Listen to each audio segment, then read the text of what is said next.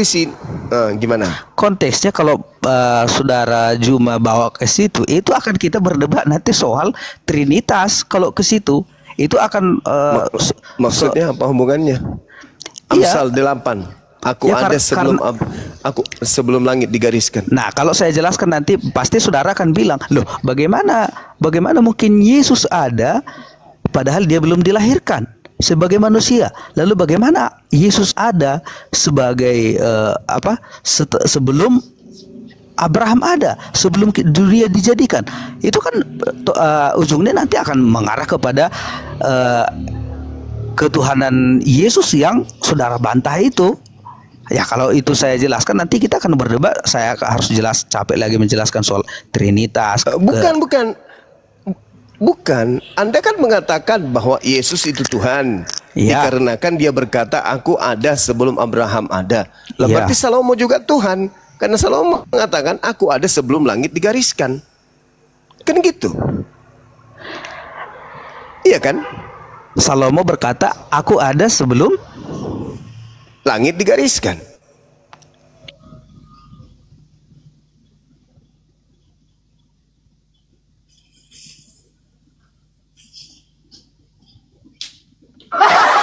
Oh, dia kaget, dia nggak tahu, baru tahu.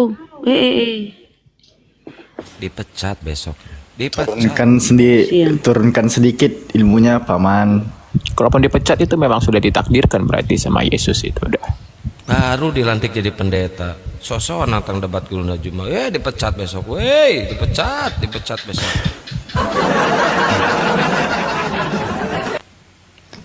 Memang dia sudah lapar. Sudah masuk Pak Roh Kudusnya, Pak. sorry tadi di pengkhotbah mana itu Bang Zuma?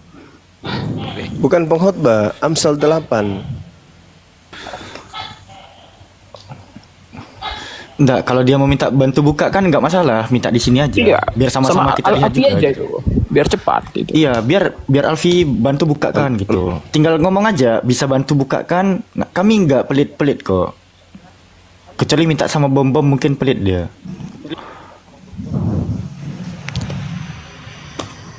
Coba Amsal 8 ayat berapa itu? Ya, Amsal dari data nomor 23, sudah pada zaman purbakala aku dibentuk dan mula pertama sebelum bumi ada, sebelum air samudera raya ada, aku telah lahir, sebelum ada sumber-sumber yang syarat dengan air, sebelum gunung-gunung tertanam dan lebih dahulu daripada bukit-bukit aku telah lahir, sebelum ia membuat bumi dengan padang-padangnya atau debu dataran yang pertama, ketika ia mempersiapkan langit aku ada di sana, ketika ia menggariskan kaki langit dan permukaan air samudera raya, ketika ia menetapkan awan-awan di atas dan mata air samudera raya meluap dengan deras, ketika ia menentukan batas kepada laut supaya air jangan melanggar titahnya, dan ketika ia menetapkan dasar-dasar bumi, aku ada sertanya sebagai anak kesayangannya, setiap hari aku menjadi kesayangan saya bermain di hadapannya, dan seterusnya. Salomo jauh lebih hebat. Yesus nggak ada papanya Bang, gagal dia. Nah, sekarang saya mau jelaskan soal perkataan Raja Salomo yang berkatakan aku sudah ada di, coba ditampilkan di layar Bang Alfi. Kan gitu enak. Mulai data 2 ini deh, mulai dari data 23 ditampilkan. Boleh ya. Sampai data 28. 23 sampai 28. Biar puas saudara kita ini bahwa Salomo jauh lebih hebat daripada Tuhannya Kristen yang adalah Yesus. Iya. Boleh bantu moderator? Ya, Pak Pendeta tolong di mute dulu ya, itu suara napasnya kedengeran itu. Iya. Takutnya di framing. Amsal 8 butir ke-23. Sudah pada zaman purbakala aku dibentuk, pada mula pertama sebelum bumi ada. 24. Sebelum air samudera raya ada, aku telah lahir. Sebelum ada sumber-sumber yang syarat dengan air. 25. Sebelum gunung-gunung tertanam dan lebih dahulu daripada bukit-bukit aku telah lahir. 26. Sebelum ia membuat bumi dengan padang-padangnya atau debu dataran yang pertama. 27. Ketika ia mempersiapkan langit, aku di sana. Ketika ia menggaris kaki langit pada permukaan air samudera raya. 28. Ketika ia menetapkan awan-awan di atas. Dan mata air Samudra Raya meluap dengan deras ketika ia menentukan batas kepada laut supaya air jangan melanggar titahnya, dan ketika ia menetapkan dasar-dasar bumi. Dan seterusnya. Amsal pasal 8 23-30. Silakan Bang Zuma. Iya, coba. Mana hebat daripada Yesus itu, Bang? Ya. Slomo Paman. Silakan dibuka mute-nya Pak Pendeta, soalnya nanti takut jadi framing pas emosi sama terguncang. Saya mau tanggapi soal kalau saudara baca di ayat dari ayat awal ya, ayat 1 sampai yang seterusnya itu kan ada satu perikopnya itu ada dikasih judul Wejangan Hikmat.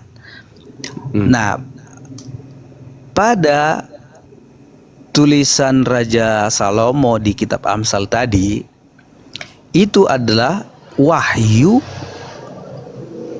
Yesus Kristus kepada Raja Salomo yang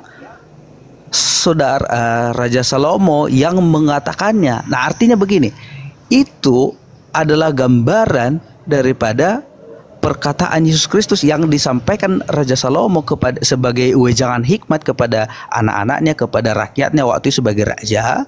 Itu adalah bentuk wahyu, bukan pengalaman Raja Salomo sebagai manusia yang diciptakan lebih dahulu.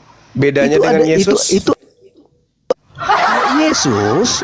Kalau Yesus itu dia berbicara kepada orang Farisi, aku ada sebelum. Itu bukan wahyu. Tapi itu adalah firman yang dia alami sebagai Tuhan. Jadi bukan wahyu. Sementara Yesus berkata, firman yang kau dengar dari mulutku itu bukan dari aku, tapi dari Dia yang telah mengutus aku. Aku tidak dapat berkata-kata dari diriku sendiri. Apa yang aku katakan adalah apa yang difirmankan Bapa untuk aku katakan, aku sampaikan. Mana yang betul? Abang atau Yesus? Dong. Saat Yesus berbicara kepada orang Farisi, dia kan berbicara sebagai manusia, manusia. Tapi dia sebagai manusia pun menjelaskan. Salomo menjelaskan sebagai manusia lah. Dia kan bukan Tuhan. Iya sama, tapi perkataan Raja Salomo itu adalah wahyu tentang Yesus berkata, aku tidak berkata-kata dari diriku sendiri. Apa yang aku katakan adalah apa yang diperintahkan untuk aku katakan, aku sampaikan. Bedanya di mana? Bedanya adalah Yesus berkata sebagai manusia waktu itu, bukan Salomo? Ya Salomo sebagai manusia, tapi sama kan? Sama. Beda dong. Beda. Artinya Yesus waktu berdebat kepada orang Farisi dan ahli-ahli Taurat di Israel waktu itu, menjelaskan kepada ahli-ahli Taurat kepada mereka bahwa Yesus itu sudah ada sebagai Tuhan sebelum dia menjadi manusia. Tidak ada sebagai Tuhan. Jangan Anda tambah-tambahkan. Aku ada sebelum Abraham ada. Bukan berarti dia Tuhan. Kenapa? Karena di dalam Efesus 1 nomor 4 yang dibacakan tadi itu sudah sangat jelas. Kita ada sebelum semuanya ada. Itu sudah jelas itu. Pengkhotbah 15 juga menerangkan, Pengkhotbah 3 nomor 15 juga mengatakan begitu. Yang sekarang ada, dulu sudah ada, dan yang akan ada sudah lama ada. Apa bedanya dengan Yesus? Nanti kalau pembahasannya kalau ada waktu nanti pembahasannya sedalam itu, saya akan buka kalau ada yang bisa mediasi buka ruang berdiskusi soal nanti kita akan berbicara soal tafsir juga di sana. Bagaimana mau lebih dalam yang kayak gini aja Anda sudah gagal, Bang? Bukan, karena kalau saya jelaskan di sini nanti akan bisa saudara bilang saya akan berkhotbah menjelaskan soal kalau Yesus itu kan di perjanjian lama. Nanti saudara boleh percaya atau tidak, ini adalah yang mau saya sampaikan. Yesus itu kalau saudara mau tuntut dia sebagai manusianya ada sebelum Abraham ada, Yesus itu bisa, nanti saudara boleh terima dengan akal sehat atau tidak ya. Yesus itu sudah ada sebelum Abraham ada sebagai manusia juga sebenarnya. Tapi direpresentasikan oleh beberapa orang yang tercatat di Alkitab di perjanjian lama sebelum Abraham ada. Makanya ada yang komentar soal kemarin di grup sebelah juga berkomentar soal apakah Yesus betul-betul ada sebagai manusia sebelum Abraham ada? Ada, tapi dalam bentuk representasi yang direpresentasikan oleh orang-orang yang diwahyukan Allah firman kepadanya. Contoh saya sampaikan soal pada doktrin kekristenan, Yesus itu sudah direpresentasikan oleh orang-orang kudus sebelum Abraham. Nanti makanya saya sampaikan kalau kita membahas lebih lanjut nanti ke sana akan sangat panjang. Yang mau kita bahas tadi esensi yang di perjanjian lama, kalaupun terkait kepada perjanjian lama ini, maksud saya itu akan menjadi perdebatan yang akan sangat panjang dan penjelasannya sangat panjang sekali. Anda aja tuh yang terlalu panjang jawabnya tuh. Kalau kita simpel aja, Anda ditanya jawabnya ke pemerintahan, ke alam semesta, ke itu kan analogi. Bagaimana kita mau mengerti suatu wahyu kalau tidak dianalogikan? Cuman Anda nggak mengerti, kami mengerti semua kok, itu simpel itu. Ya kalau saudara mengerti, Rocky Gerung mengerti, kenapa masih bertanya?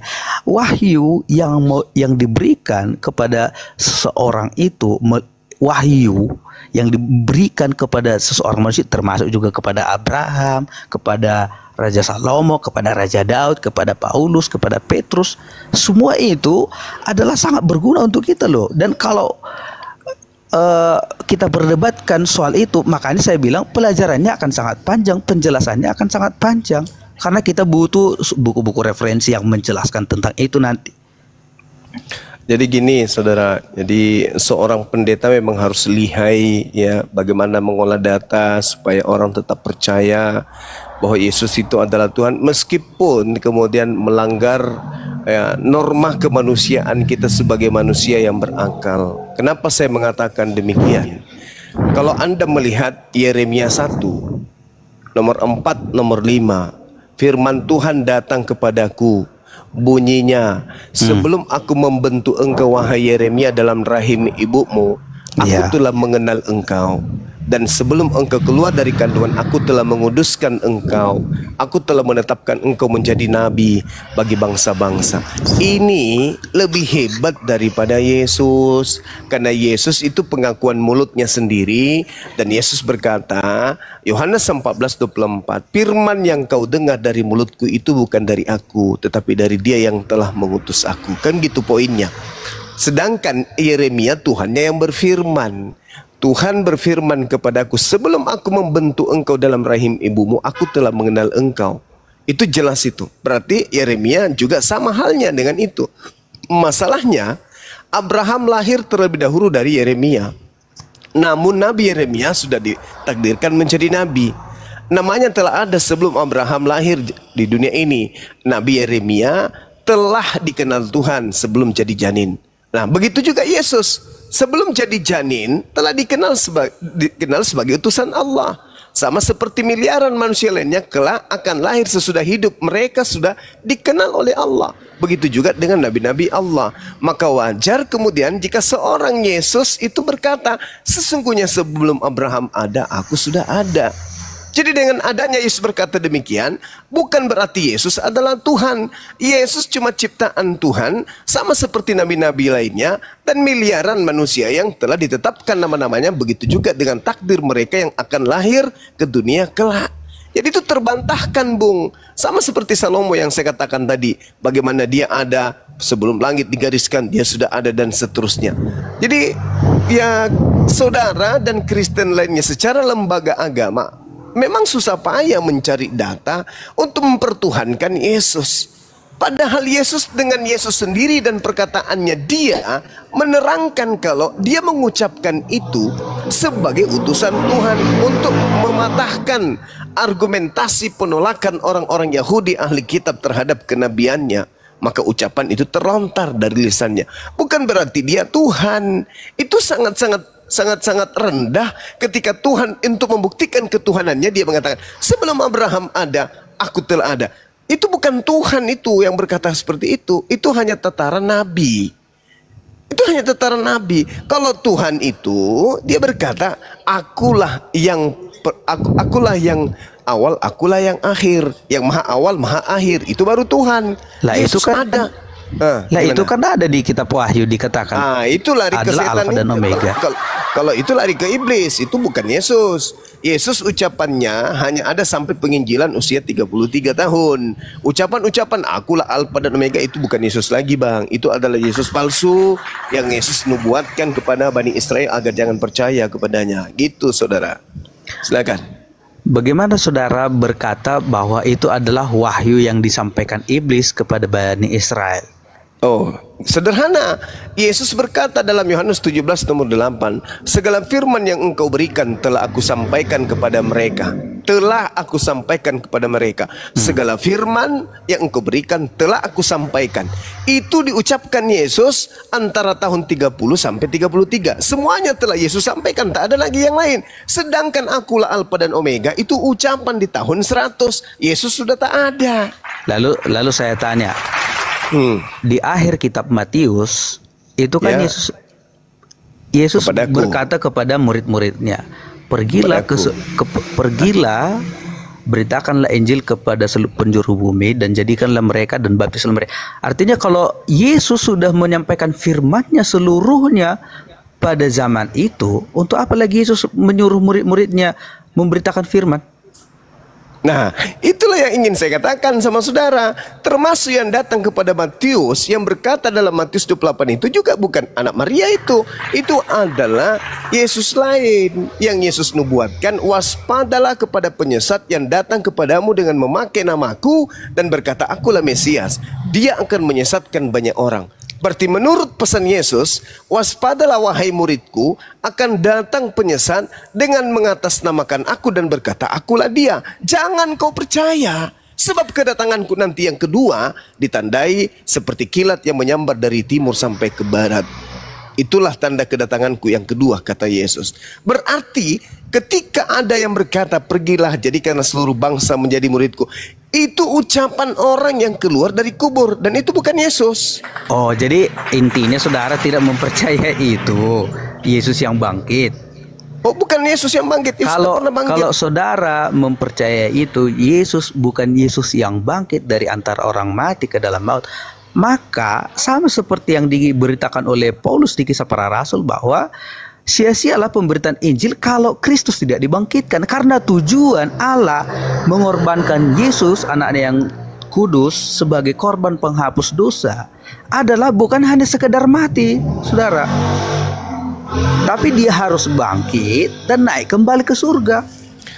Kalau hanya dia sekedar mati, bahwa dia bukan korban yang sempurna yang dijanjikan Yesus, dijanjikan Allah sebelumnya. Oke, sekarang saya mau tanya kepada saudara. Berdasarkan Yesaya 14 nomor 15, yang dimasukkan ke dalam kubur itu siapa? Ke dalam dunia orang mati aku masukkan engkau. Itu siapa? Coba dibuka apanya? Yesaya 14 nomor 15. Itu tak lain dan tak bukan. Iya, silakan deh. Lanjut aja Bang Zuma. Ya, itu yang masuk ke dalam kubur itu adalah iblis. Yang masuk ke dalam kubur itu adalah iblis. Makanya Yesus berkata, sejenak sebelum dia terangkat ke langit, Yesus berkata bahwa iblisnya sudah akan dikeluarkan, dilemparkan keluar. Yohanes 12 nomor 31. Sekarang berlangsung penghakiman atas dunia ini. Sekarang juga penguasa dunia ini akan dilemparkan keluar. Penguasa dunia itu adalah iblis. Penguasa dunia itu adalah iblis menurut Yesus. Nah, sedangkan penguasa dunia ini akan dilemparkan keluar. Keluar dari mana? Keluar dari kubur. Siapa yang masuk ke dalam kubur? Baca Yesaya 14 nomor 15. Jelas itu. Coba dibaca Dinda Alfi. Yesaya 14 dari 14 ya. Aku hendak naik mengatasi ketinggian awan-awan, hendak menyamat yang maha tinggi. Sebaliknya, ke dalam dunia orang mati, engkau diturunkan ke tempat yang paling dalam di liang kubur. Nah, berarti Yesus tahu. Kenapa Yesus tahu? Karena Yesus di dalam Lukas 4 nomor 16 itu senantiasa kemudian membacakan Yesaya di dalam sinagoge. Nah, sedangkan ketika dikatakan Yesus dalam Matius 12, angkatan jahat ini minta satu tanda dan tidak akan diberikan satu tanda apapun kecuali tanda Yunus, sebab Yunus 3 hari 3 malam dalam perut ikan, demikian juga anak manusia 3 hari 3 malam dalam perut bumi. Berarti pada hari ketiga ada kebangkitan. Itu simbol, itu tanda untuk siapa? Angkatan jahat. Siapa yang keluar dari kubur?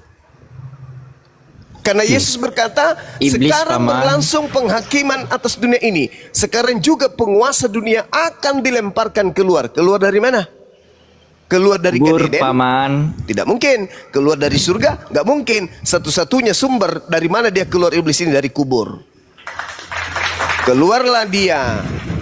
Mana mungkin Menyerupai Yesus dan mengaku Yesus. Ingat Bung. Lukas 21 nomor 8. Waspadalah kepada penyesat yang datang kepadamu dengan memakai nama Yesus dan berkata, akulah Yesus. Waktunya sudah dekat, jangan kau percaya. Nah, sekarang saya mau tanya kepada Bang Juma. Siap. Kalau saudara percaya bahwa Yesus berkata, jangan percaya kepada Yesus atau Mesias palsu, sebab aku akan datang. Bagaimana mungkin dia akan datang kalau dia tidak bangkit dari kubur? Padahal saudara bilang tadi yang bangkit dari kubur itu bukan Yesus, tetapi iblis. Yesus itu tidak mengalami kematian. Yang disalib itu bukan Yesus. Yesusnya terangkat ke langit langsung. Yang menggantikan itu adalah orang yang dikutuk oleh Tuhan. Lalu bagaimana Yesus akan menjadi korban penghapus dosa kalau dia tidak disalib, kalau dia tidak mati? Bisa. Korban penebus dosa itu adalah akal-akalan gereja. Coba Anda baca. Oh, lalu siapa? Coba tunjukkan kepada saya dalil di mana Tuhan ingin menebus dosa dengan menggunakan manusia. Loh, itu kan sudah diinisiasi oleh Allah. Di mana itu? Di mana itu tertulis? Nanti Anda ingin mengais-ngais kitabnya orang Yahudi? Oh, nggak bisa. Bukan. Oh, lalu bukan. di mana tertulis? Di mana tertulis ada kaidah? Di mana tertulis ada kaidah menebus dosa dengan menggunakan manusia? Bukan menebus dosa dengan manusia dong. Lalu Yesus yang mati di salib itu menurut Anda yang mati di salib ini manusia atau bukan? Bahkan pada awal kejatuhan manusia dalam dosa, yaitu Adam dan Hawa di Taman Eden. Doktrin. Mundur itu. Allah sudah menginisiasi itu. Doktrin. Kalaupun kalaupun pada akhirnya itu diteruskan nanti sebelum ada keagamaan, kekristenan, itu kan memang dasarnya itu sudah dilakukan oleh bangsa Israel dan nenek moyangnya sebelumnya. Binatang, itu harus melalui binatang. Korban binatang. Yesus binatang. Loh, jangan dulu saya jangan dulu dibantah. Nggak bisa. Saya mau jelaskan. Yeremia 1, Bang. Yeremia 1 nomor 2. Katakanlah kepada orang Yahudi, apabila mereka hendak mempersembahkan korban penebus salah, penebus dosa kepada Tuhan, hendaklah dia mempersembahkan korban hewan, domba, kambing, sapi, lembu. Sekarang pertanyaan saya, siapa yang mengajarkan kemudian Kristen memiliki konsep menebus dosa dengan menggunakan manusia? Tidak ada kekristenan mengajarkan bahwa menebus dosa itu harus manusia. Tetapi Anda begini. Jangan dulu. Anda mengais Adam. Kenapa? Karena ada sesuatu yang ingin Anda jual, yaitu Yesus sebagai korban. Itu dosa, makanya saya bilang tadi representasinya itu sudah ada dari sejak Adam. Di mana Tuhan? Sekarang Allah mau nyatakan itu. Allah mau itu kan.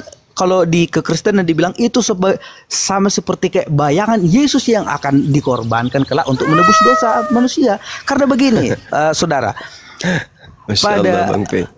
kalau di perjanjian lama sebelum Yesus, korban penghapus dosa itu kan harus binatang. Darahnya harus tertumpah. Allah kemudian menginisiasi bahwa tidak mungkin ini menjadi korban penebus dosa yang bisa diteruskan oleh bangsa ini, bahkan seluruh bumi. Karena apa? Pada zaman Yesus sendiri pun Yesus menyaksikan bahwa hal itu sudah diselewengkan oleh imam-imam kepala di rumah ibadat, yaitu mereka mereka menyuruh umat datang membawa korban penebus dosa atau korban penebus salah, yaitu domba. Nah, dipermainkan. Dan ini makanya saya bilang Yesus harus menjadi korban yang sempurna, menggantikan atau menggenapkan semua korban sembelihan melalui binatang. Korban yang sempurna itu harus manusia yang betul-betul sempurna dan tidak berdosa. Ya Allah ya Karim. Saudara, ini Anda mendapatkan ilmu dari mana bahwa korban itu harus manusia sempurna? Setahu saya, berdasarkan Bible, Al-Quran juga demikian, yang senantiasa mempersembahkan manusia untuk jadi penebus salah itu penyembah iblis, bukan penyembah Tuhan. Mana ada nabi-nabi? Nabi-nabi mana yang mengajarkan, Bu? Saya sudah Nabi bilang tadi, untuk menggantikan korban persembahan atau korban pemotongan hewan tadi sebagai, karena itu tidak mungkin bisa sempurna bagi Allah. Itu harus korban yang sempurna. Kenapa Anda yang mengatur Tuhan? Tuhan mengatakan, Allah yang berfirman. Di mana? Coba Anda tunjukkan di mana Tuhan berfirman Dia meminta korban manusia untuk nebus dosa manusia. Itu di mana? Kalau ada, kita murtad semua ya di room ini. Iya, di mana? Justru Imamat 18:21. Janganlah kau serahkan seorang anak manusia untuk dipersembahkan kepada dewa Molok. Jangan, supaya jangan engkau melanggar kekudusan nama Tuhanmu. Akulah Tuhan. Jangan kau persembahkan manusia untuk dewa Molok. Perjanjian itu jangan dikomparasikan ke situ, Bang. Oh, nggak bisa. Karena begini. Karena esensi dari yang perjanjian lama itu yang bangsa Israel, bahkan kan ada tertulis itu sampai bangsa Israel pun, bahkan sampai Raja Israel ada yang mempersembahkan anaknya sebagai korban persembahan. Itu karena apa? Ketidaktahuan mereka atau ketakutan mereka kepada gini aja saudara, daripada kita jadi pembual, tolong Anda tunjukkan di mana Tuhan memerintahkan mempersembahkan manusia suci sebagai penebus dosa. Itu aja dulu. Bukan mempersembahkan manusia sebagai penebus dosa. Lah tadi Anda mengatakan harus. Harus. Begini loh. Makanya saya jelaskan tadi, kalau nanti saudara bilang lagi ini doktrin. Ya, kami tidak ada dalil berarti doktrin. Ini loh. Apa Bang? Karena sudah saya bilang tadi. Begini, Yesus menganggap orang-orang yang ingin membunuhnya itu sebagai anak setan, anak iblis, atau anak Tuhan. Itu dulu poinnya.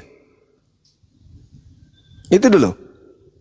Kalau Tuhan menginginkan pembunuhan terhadap Yesus, berarti orang-orang yang mau membunuh Yesus adalah anak-anak Tuhan. Nah, sekarang permasalahannya adalah, kalau ternyata Tuhan tidak menginginkan pembunuhan terhadap Yesus, berarti yang membunuh Yesus dan yang mengimani pembunuhan itu sebagai jalan keselamatan adalah anak-anak setan. Tolong. Sekarang Anda jelaskan kepada saya, apakah orang-orang yang ingin membunuh Yesus ini oleh Yesus disebut sebagai anak-anak Tuhan atau anak-anak iblis? Silakan. Tunggu. Yesus sudah pernah katakan itu, bahwa anak manusia memang akan mati dan terbunuh dan tergantung di atas kayu salib. Anak manusia, penggantinya juga anak manusia, bukan sama anak kucing. Seperti yang direpresentasikan di perjanjian lama. Tapi Yesus berkata apa? Tetapi celakalah manusia yang menyerahkan. Yang menyerah. Tapi celakalah manusia yang menyerahkan, sekiranya bisa dia nggak usah dilahirkan. Artinya apa? Ini pembunuhan terhadap Yesus disukai Tuhan atau tidak? Tidak, Paman. Nah, tidak. Sekarang permasalahannya adalah, menurut Yesus, ketika datang orang-orang yang ingin membunuhnya, orang-orang yang ingin membunuhnya ini dilabeli oleh Yesus sebagai anak-anak Tuhan atau anak-anak iblis. Sekarang saya sampaikan gini, saudara mungkin bilang ini doktrin ya. Begini loh. Kalau tidak ada dalil doktrin. Seseorang manusia yang berdosa, saya mau gambarkan ini supaya jelas. seorang manusia yang berdosa kepada Allah, harusnya kan dia akan mati oleh dosanya, kan gitu. Itu dulu awalnya. Manusia yang berdosa harus mati menanggung darahnya sendiri. Itu tidak ada itu. Makanya di perjanjian lama Allah tidak ingin manusia itu mati seperti itu. Tapi makanya saya bilang tadi, Allah menginisiasi bahwa manusia itu tidak akan mungkin sanggup atau tidak akan mungkin menjadi korban yang sempurna untuk menghapus dosanya sendiri. Loh, Tuhan hanya butuh kita bertaubat kok. Malah Yesus mengatakan dalam Matius 21 nomor 31. Apa yang dikatakan oleh Yesus? Pemungut cukai, para pesandal lebih dulu masuk surga. Betul, tapi saya mau bilang. Karena apa? Karena percaya kepada Yohanes. Mana ada korban manusia di situ? Tak ada. Bahkan kalau Anda lihat, maaf, ketika saudara melihat Yesus bercakap-cakap dengan orang-orang Yahudi, murid-muridnya, di dalam Matius 19, ketika Yesus ditanya oleh para murid, apa kata Yesus? Apa kata orang-orang yang ada pada zaman itu? Ditanya, Guru, apa yang harus kami lakukan supaya kami bisa memperoleh hidup yang kekal? Diterangkan di dalam Matius 19 nomor 16. Guru, perbuatan baik apa yang harus kuperbuat supaya aku bisa hidup kekal? Apa kata Yesus? Apakah sebabnya engkau berkata demikian? Hanya ada satu. Jika engkau ingin hidup yang kekal, turuti segala perintah Elohim. Jangan membunuh, jangan berzina, jangan mencuri, jangan mengucapkan saksi dusta. Hormatilah ayah dan ibumu, kasihilah sesamamu manusia dan dirimu sendiri. Nah, mana di situ? Percayalah kepada penebusan matinya aku di atas tiang salib, engkau akan peroleh hidup yang kekal. Mana? Ya. Ada enggak? Sekarang saya bantah dengan begini. Ada enggak bang? Enggak, tunggu nanya dulu. Ada enggak di situ percaya penyalibannya, kematiannya dengan tebus darah, kita bisa hidup kekal? Ada enggak menurut Yesus? Masuk enggak item itu? Atau itu hanya doktrin yang muncul belakangan? Ayo, jujur. Apa kata orang Yahudi itu? Apa kata muridnya? Semua itu telah aku lakukan, wahai guru. Kata Yesus, jikalau engkau ingin sempurna, pergilah, jualah segala milikmu dan berikanlah kepada orang-orang miskin. Itu sudah selesai. Kan ada nggak di situ penebusan? Sudah ada poinnya. Ada nggak penebusan? Sudah ada kan poinnya di situ, perkataan Yesus, jikalau kamu hendak sempurna. Kan itu. Ya, jikalau engkau hendak sempurna, pergilah, jualah hartamu, berikanlah kepada si miskin. Sempurna sudah. Mana penyaliban? Tapi sekarang manusia itu pergi nggak menjual hartanya? Enggak, bukan itu poinnya, bukan itu. Jangan lari ke sana. Bukan supaya saudara bisa mengerti. Mana mungkin itu yang dimaksudkan Yesus. Itu yang dimaksudkan Yesus. Tidak mungkin manusia itu bisa sempurna. Lalu bagaimana caranya bisa hidup kekal menurut Yesus? Ya percaya kepada Yesus. Ya, percaya kepada Yesus. Poin-poin ini berarti jangan membunuh, jangan berzina, jangan mencuri, jangan mengucapkan saksi dusta berarti. Kalau percaya kepada Yesus. Mana ucapan Yesus? Percaya kepada aku, penyaliban, mati untuk nebus dosa kalian. Mana ucapan Yesus itu? Ada enggak? Begini, komparasinya begini.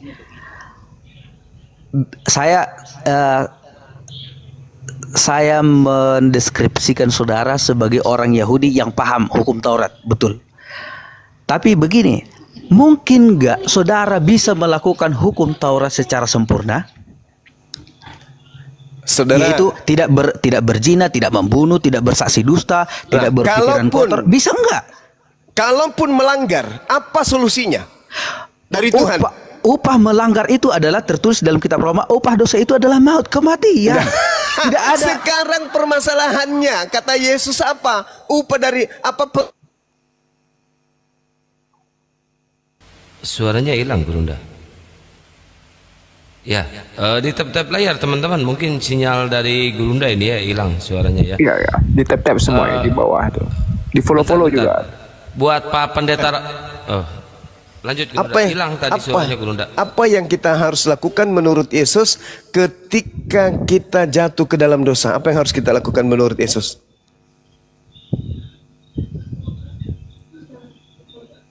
dosa pasti harus ada konsekuensinya. Ya, apa yang harus kita lakukan menurut Yesus ketika kita jatuh ke dalam dosa? Menurut Yesus apa yang kita harus lakukan? Mengakui dosa, Lalu bertobat. bertobat. Nah, tapi ingat, terhapus enggak dosa kita ketika kita bertobat? Oh, jangan begitu konteksnya dong. Loh. Pertanyaan saya, begini.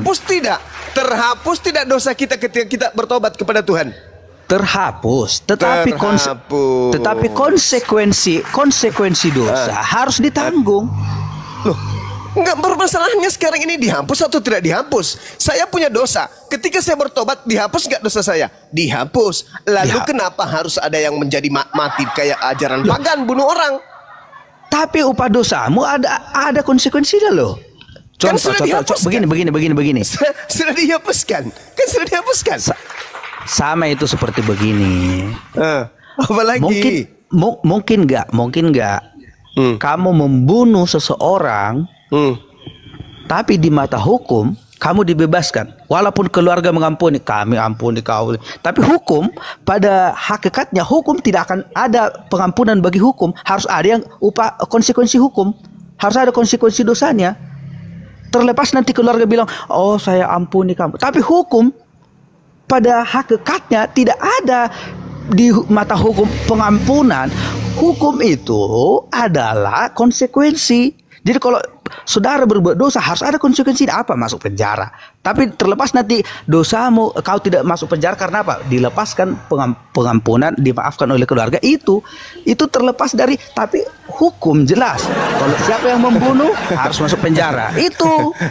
Saudara. Makanya perantaraannya, kalau saudara berdosa harus mati. Kalau kita berdosa, lalu kita memohon ampun dengan sungguh-sungguh kepada Bapa, maka kita akan diampuni oleh Bapa, oleh Tuhan. Betul. Terus apa masalahnya tapi sekarang? Masalahnya apa?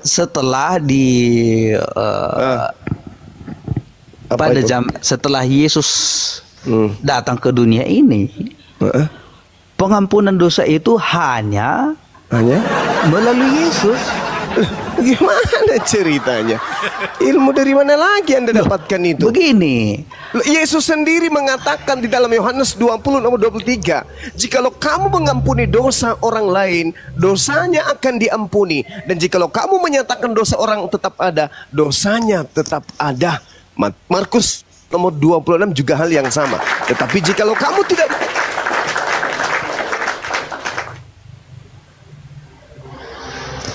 Suaranya hilang lagi Gerunda. Mungkin sinyal Gerunda mungkin di sana. Kamu apa masing-masing tidak mengampuni saudaramu dengan segenap hatimu. Itu jelas itu. Jadi Yesus mengajarkan apa? Tetapi jika kamu tidak mengampuni manusia, Bapakmu juga tidak akan mengampuni kesalahanmu. Tidak ada itu tebus menebus. Itu muncul ide dari Paulus. Bukan Paulus. Lalu siapa? Di mana Tuhan mengampuni dosa? Nah, begini. Coba, saudara. Kalau ide itu Tuhan muncul dari Paulus, tidak mungkin Yesus rela mati di kayu salib. Bahkan waktu di Taman Getsemani. Loh, kalau saudara bilang itu adalah ide Paulus, mungkin nggak Yesus memohon kepada Allah di Taman Getsemani, kalau sekiranya boleh, lalulah cawan ini daripada aku sebagai manusia. Yesus akan berkata bahwa tidak mungkin Bapa mungkin sebagai manusia. Yesus akan merasa ketakutannya karena begini, itu tadi Yesus hanya mengambil peran sebagai korban yang sempurna untuk mewakili semua dosa. Itu konsep Kristen. Sekarang begini saudara, begini. Tolong tunjukkan di mana narasi Anda itu bisa berpegang dalam kitabnya orang Yahudi bahwa penebus dosa itu adalah manusia. Di mana itu tertulis? Imamat 1 nomor 2, beritakan, sampaikan, kabarkan, informasikan, tegaskan kepada orang Yahudi apabila mereka hendak mempersembahkan korban penebus dosa, maka mereka hendaklah mempersembahkan hewan ternak, kambing, domba, sapi, lembu, tak ada manusia. Kalau Anda mengatakan hari ini sebagai seorang pendeta, dosa harus ditebus dengan menggunakan manusia Yesus, mana dalil pembenarannya dari kitabnya orang Yahudi? Ada? Kalau ada, selesai kita. Bang Suma salah berarti. Mana? Bahkan Tuhan mengatakan, Amsal 6 nomor 16, 6 perkara yang dibenci oleh Tuhan, bahkan 7 kekejian di dalam hatinya, yaitu mempersembahkan korban darah manusia. Oke? Lalu kemudian, ketika Anda mencoba untuk menarasikan doktrin dan dogma saudara, jelas sekali kalau itu benar adanya, bahwa percaya kepada penyaliban terhadap matinya Yesus yang Anda imani di atas tiang salib menyelamatkan manusia, lalu buat apa kemudian Paulus ini mengorbankan manusia dan mempersembahkannya kemudian sebagai tumbal kepada iblis? Di antara Hymenius dan Alexander yang telah kuserahkan kepada iblis supaya jerah mereka menghujat. 1 Korintus 5 nomor 5, orang itu harus kita serahkan dalam nama Tuhan Yesus kepada iblis hingga binasa tubuhnya. 2 Timotius 4 nomor 6, mengenai diriku, darahku sudah mulai dicurahkan sebagai persembahan dan saat kematianku sudah dekat. Ini apa maksudnya? Kenapa Paulus masih mempersembahkan manusia kepada iblis? Maksud daripada Paulus kita serahkan kepada itu yang menyerahkan kenapa harus Hymenius dipersembahkan? Bukan mempersembahkan, diserahkan kepada iblis. Begini, kenapa? Karena orang itu dua menghalangi pemberitaan Injil, sehingga dia diserahkan ke iblis. Iya, itu konsekuensi dosa. Diserahkan kepada iblis. Diserahkan kepada iblis itu bukan diserahkan dibunuh, bukan. Itu mereka bukan dibunuh. Berarti Yesus diserahkan kepada siapa agar dosa dihapuskan? Diserahkan kepada maksudnya? Loh, tadi diserahkannya Hymenius untuk apa? Untuk supaya dia ini tidak menghujat, tidak berbuat dosa, sehingga dia diserahkan kepada iblis. Orang-orang Kristen supaya tidak berdosa, dosa-dosanya dihapuskan, Yesusnya diserahkan kepada siapa?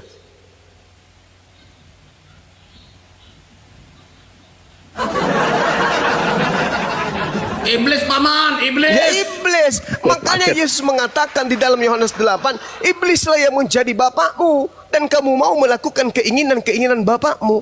Hanya iblis yang menerima tumbal. Apa buktinya? Paulus 1 Korintus 5 nomor 5. Orang itu harus kita serahkan kepada iblis. Beda dong konteksnya. Oh, beda. Kematian Yesus bukan membayar dosa kepada iblis. Lalu? Orang yang berdosa orang kalau berdosa bukan berdosa kepada iblis loh. Berdosa kepada Allah. Saudara. Orang berdosa itu bukan berdosa kepada iblis, tetapi berdosa kepada Allah. Berdosa kepada Tuhan. Tuhan menginginkan dosa dihapuskan dengan cara apa? Korban hewan atau korban manusia? Pada zaman perjanjian lama kepada melalui darah binatang. Binatang. Perjanjian baru yang ngajarin dari manusia itu yang ngajarin siapa? Kan sudah saya jelaskan tadi, Allah tidak mengkehendaki lagi korban persembahan dari binatang. Lalu di mana Tuhan mau? Di mana Tuhan mau agar korbannya manusia? Di mana dalilnya? Roma.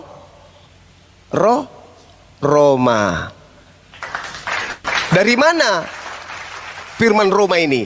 Dari makhluk roh mengaku Yesus kepada Paulus. Apa kata Paulus? Galatia 1 nomor 11 nomor 12. Aku menerima Injil bukan dari manusia. Bukan manusia yang mengajarkan aku Injil, tetapi Yesus Kristus. Bukan manusia, tapi Yesus. Yesus berkata, waspadalah kepada penyesat yang datang kepadamu dengan memakai nama Yesus dan berkata, akulah Yesus. Siapa yang mengaku Yesus? Yang datang kepada Paulus. Ingat, 2 Yohanes 1 nomor 7. Siapakah penyesat itu? Bukankah dia yang pergi ke seluruh dunia yang tidak mengaku Yesus datang sebagai manusia? Itulah penyesat, itulah antikristus. Tanya Paulus, ya paman, yang datang kepadamu itu siapa? Yesus, manusia atau bukan? Bukan. 2 Yohanes 1 nomor 7, dengar. Siapakah penyesat itu? Bukankah dia yang pergi ke seluruh dunia yang tidak mengaku Yesus datang sebagai manusia? Itulah penyesat dan itulah antikristusnya. Yesus, kamu manusia? Ya, aku manusia. Paulus, yang datang kepadamu siapa namanya? Yesus manusia atau bukan? Bukan. Antikristus, penyesat. Anda pengikutnya, Anda pengikut penyesat. Jelas itu, Bung. Makanya kenapa Kristen berdiri sendiri, kenapa Yahudi berdiri sendiri? Karena dua agama yang berbeda. Satu agama dari langit, satu agama buatan manusia. Jelas itu. Anda boleh mewakili berbicara mengenai kekristenan karena Anda sedang mewakili Yesus yang datang kepada Paulus. Iblis tidak akan mungkin tenang ketika ada satu manusia Kristen yang keluar dari Kristen. Permasalahannya adalah bahwa karena saudara mengimani atau mempercayai bahwa yang datang kepada Paulus itu adalah bukan Yesus, Iblis. kan? Memang Iblis. bukan. Apa dasar kalau dasar saudara berkata kepada saya bahwa yang datang kepada Paulus itu adalah iblis? Ya. Saya pernah dengar perdebatan saudara dengan seorang orang Kristen berkata bahwa kedatangan Yesus ya pada kali yang kedua adalah sama seperti waktu dia naik dari bukit Nah, memang kedatangan Yesus kepada Paulus kan secara pribadi, bukan kedatangannya sebagai Tuhan pada akhir zaman. Itulah yang Yesus katakan, waspadalah ketika ada orang berkata ada Yesus di sini, ada Yesus di sana, jangan kau percaya. Matius 24 nomor 23, 24, 25. Sebab banyak Yesus palsu dan nabi-nabi palsu akan datang mengadakan banyak mujizat dan bahkan sekiranya mungkin menyesatkan orang pilihan juga.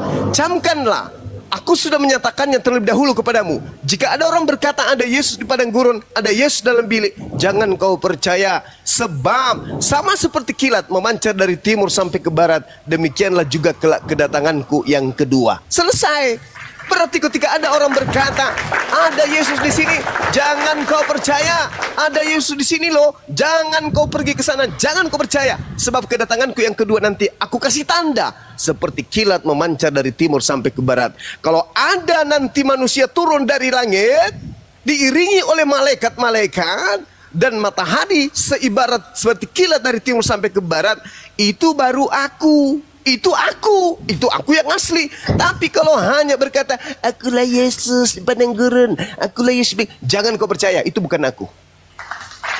Jadi saya mau tanya kepada saudara Zuma. Silakan. Kalau seandainya Yesus datang malam ini kepada saudara, baik itu dalam bentuk mimpi bagi itu dalam iblis. Penglihatan, Itu saudara iblis. akan menolak. Itu iblis pasti, karena Yesus mengatakan jangan kau percaya.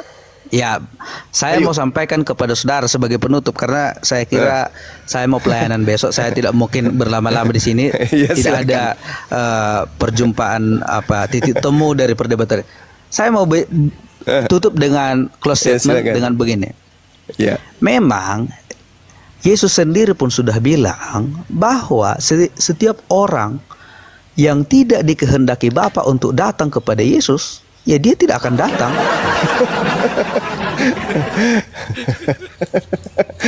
Astagfirullahaladzim, ya Allah. Betul. Ya, makanya saya bilang, saudara Zuma, Rocky yang lumayan aktif kulihat di perdebatan soal iman kekristenan ini, saya sempat berpikir begini. Kalau seandainya mereka tidak mempercayai Yesus yang datang kepada Paulus, bagaimana kalau seandainya Yesus tiba-tiba datang sendiri kepada mereka dan mereka sendiri itu menolak? Itu iblis. Intinya saya mau sampaikan, malaikat berkata, Yesus yang kau lihat terangkat ke langit akan turun kedua kalinya sama seperti engkau melihat ke langit. Ketika diterangkat, dia terangkat dengan jasadnya, dia akan turun dengan jasadnya, sehingga Yesus berkata, kedatanganku yang kedua dengan jasadku. Apabila ada orang berkata bahwa ada Yesus di sini, ada Yesus di sana, jangan kau percaya. Kedatangan Yesus pada kali yang kedua itu adalah menandakan kedatangan Yesus pada akhir zaman. Kalau saudara komparasikan kepada kedatangannya kepada Rasul Paulus, itu bukan kedatangan Yesus sebagai akhir zaman. Ya memang pada bukan, makanya. Tapi itu adalah panggilan. Saudara harus saya ajari. Mungkin panggilan siapa? Mungkin Yesus akan saya sampaikan tiga doktrin. Saudara boleh bilang ini doktrin. Tunggu. Ini sebagai untuk penutup. Ya, panggilan Allah kepada manusia untuk menjadi orang percaya sebagai orang percaya ada tiga. Panggilan untuk panggilan keselamatan, panggilan pelayanan, panggilan untuk hidup kekal. Nah, saudara, saya mau bilang, Satu lagi kalau Pak, panggilan tak terjawab. oh itu nanti nomor WA Bapak itu kalau saya telepon. Panggilan dari BNN ini perlu dicek ini memang. Gini, kalau saudara tidak meresponi panggilan untuk melayani, untuk panggilan keselamatan, panggilan untuk percaya itu, ya itu sah-sah saja. Sama seperti saudara bilang bahwa Paulus yang didatangi Yesus itu adalah Yesus yang palsu atau iblis. Mana mungkin iblis datang kepada Paulus, menyuruh Paulus untuk memberitakan keselamatan, untuk memberitakan Injil yang diberitakan Yesus. Faktanya Matius 7, 22, 23, Kristen semuanya diusir ke neraka. Mana ada keselamatan?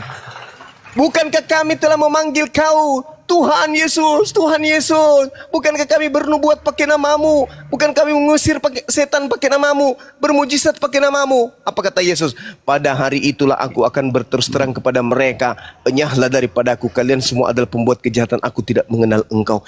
Itu ending dari pengikut Paulus. Bukan Diusir pengikut Yesus. Paulus, bukan pengikut Paulus. Siapa yang memanggil Yesus Tuhan? Siapa yang bermujizat pakai nama Yesus? Islam atau Kristen? Mengadakan mujizat, Iya, pakai nama Yesus. namakan Yesus. Itu siapa? Kristen. Kristen. Berarti Anda menjawabnya dengan jujur bahwa yang akan diusir oleh Yesus kelak adalah Kristen. Kenapa? Dengan ucapan aku tidak mengenal kalian. Kenapa? Tapi bisa Yesus- nggak? Bisa nggak Apa saudara dia? bedakan mana untuk apa tujuan perkataan Yesus itu?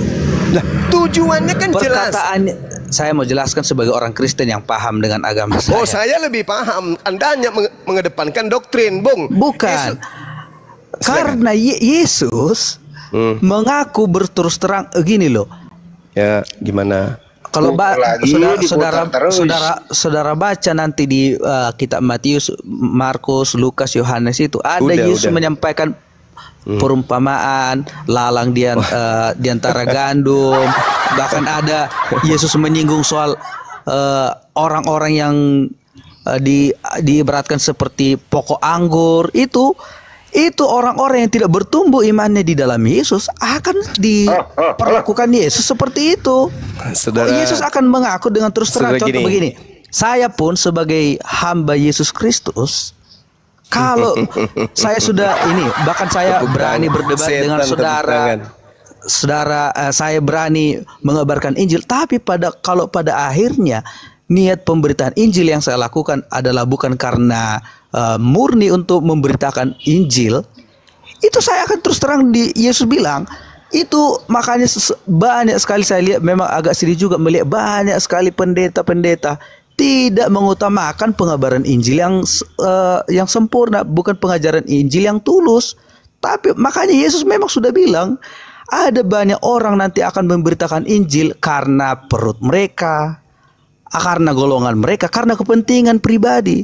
Memang itulah yang disampaikan Yesus. Aku akan berterus terang kepadamu. Aku tidak mengenal engkau. Sekalipun engkau mengusir iblis demi namaku, sekalipun engkau mengusir setan demi namaku, bernubuat, bermujizat demi namaku. Anda lari, Bung. Itu maksud perkataan Yesus. Sekarang begini, saudara. Andai saja Anda hidup sesama dengan Yesus, lalu kemudian Yesus berkata kepada saudara, apabila ada orang berkata ada Yesus di sini, ada Yesus di sana, jangan kau percaya. Lalu kemudian Anda bertemu dengan Paulus dan Paulus berkata, aku bertemu dengan Yesus di padang gurun. Menurut nasihat Yesus, apakah Anda harus percaya kepada Paulus atau tidak? Pada konteks itu saudara mau menggambarkan saya seperti Ananias. Bukan. Entah Ananias, entah penulis Wahyu, entah Matius. Sekarang nasihat Yesusnya.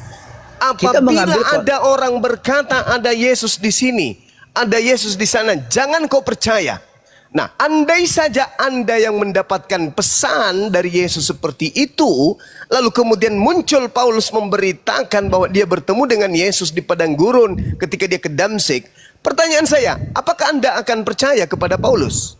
Percaya karena Yesus sendiri pun mengatakan hambaku Paulus, sama seperti yang dikatakan kepada Ananias. Kan dia sudah datang lebih dulu kepada Ananias. Yesus berkata, apabila ada orang berkata kepadamu dia bertemu dengan aku di padang gurun, jangan kau percaya.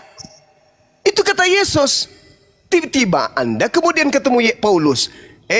Saudara pendeta Leonard, ya paman, aku bertemu dengan Yesus loh. Lalu kalau Anda mengingat nasihat Yesus kepada Anda, apakah Anda akan percaya kepada Paulus atau tidak? Ya kan pasti Yesus memberitahu sama saya kalau dia sudah bertemu dengan Paulus.